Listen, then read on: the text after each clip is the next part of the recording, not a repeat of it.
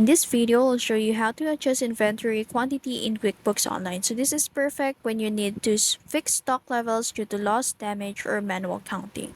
So now, click the plus new button, and then under the other section, select the inventory QTY or quantity adjustment.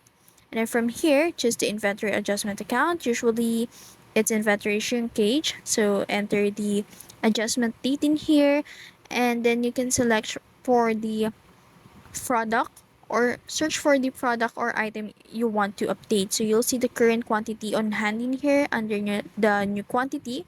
You can type the correct number based on your latest inventory account. So you can add a memo for reference like damage during delivery or annual stock count update.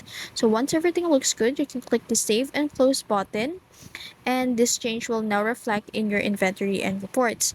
And that's it. You've successfully adjusted your inventory quantity in QuickBooks Online. So if you found this video helpful, don't forget to like, share, and subscribe to the YouTube channel.